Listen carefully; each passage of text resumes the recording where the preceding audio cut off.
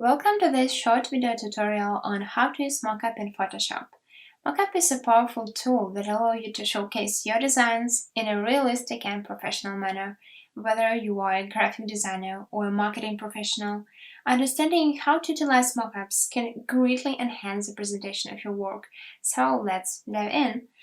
The first step is actually to choose a mockup. I found a great one on Mockup project.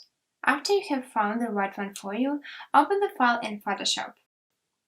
Most mockups, just like this one, come with smart objects, which allow you to easily replace the existing content with your own artwork. To open it, double-click on the smart object layer. This will open a new window where you can insert your design. So the next step will be actually placing your design in the smart object.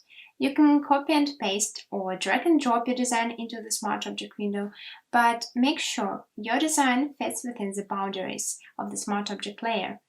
Once you are satisfied with the placement of your design, save the smart object window and close it. Go to File and click on Save As, choose a file format, and save your mockup to a location on your computer. And there you have it! You've successfully used a mockup in Photoshop.